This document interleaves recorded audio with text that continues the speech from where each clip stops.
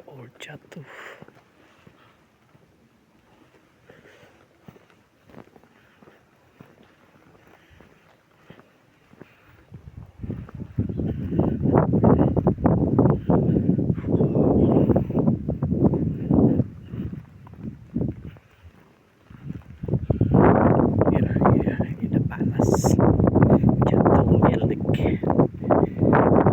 Makikita natin dito ang river na naghahati sa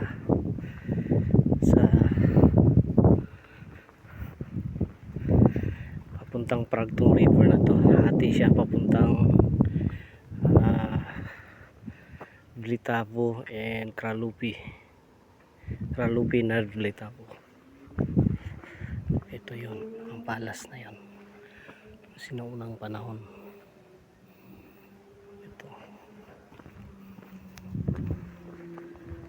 Sasaksihan natin ang palas. Ang ganda. Ito siya. So, tubog. Vltavo. Starry Most.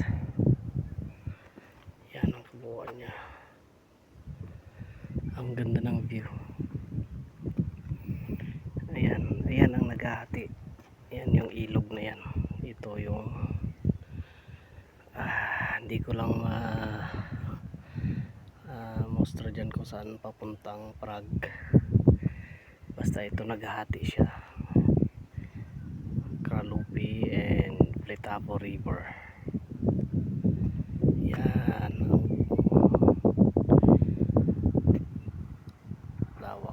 Malawak yung kapaligiran ng palasyo. Dito tayo sa taas ng palasyo, makikita natin sa baba. Ayan. Okay, lawak. Ang ganda. Ang ganda ng palasyo. May mga upuan dito sa gilid. Pwede kang bumili ng beer doon sa kabila, tapos inom-inom ka lang dyan sa may mga upuan. Ayun. May roadways pala doon. So, libutin natin ang palasyo. Para na tayong nasa old fairy tale. Yan. Libutin natin. Baba tayo sa kabilang side ng palasyo. Asan ang mga kawal? Asan na sila?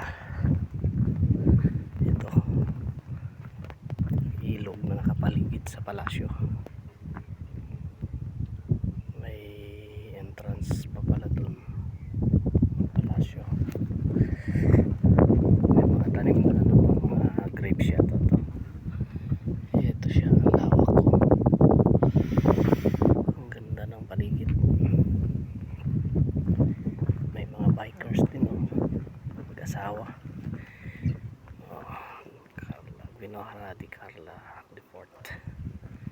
Vinohrady Karla the Fourth. Yan, ito mga tanim to. Upas, yan, mga upas yan. Ito yung naghahati na ilog.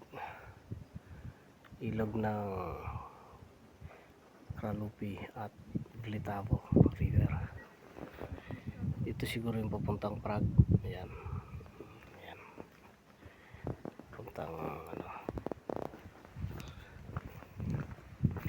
So, nandito na tayo sa baba. Malayo na pala to, mga bahay ng mga alipin. Balik tayo sa taas. Ay, may mga nag-iikot na rin, mga masyal. Palasyo. Ito yung dating palasyo no sinaunang panahon. Tayo ipaakyat tayo sa palasyo. Kita natin ang bahay ng mga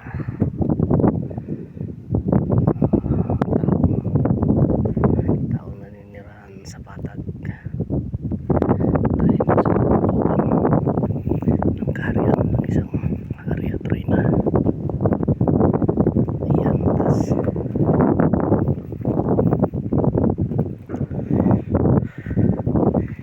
mga open siya hanggang alas 5. Eh alas 2 pa lang yata, alas 2 pa lang. Alauna ay medya. May mga tourist na. Uy. Pwede pala tayong gumamit ng telescopic. Oh.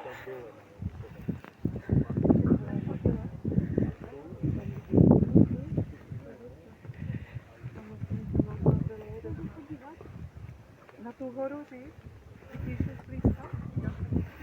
Sarap dito.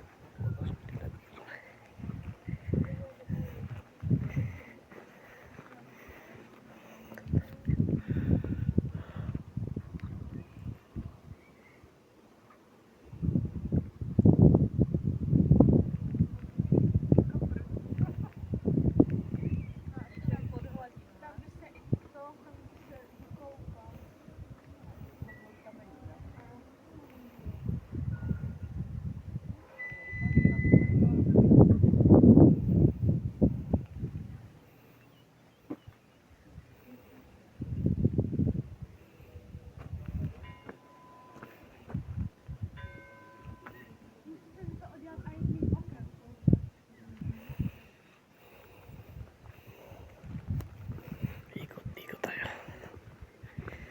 Tingnan natin ang paligid ng palasyo.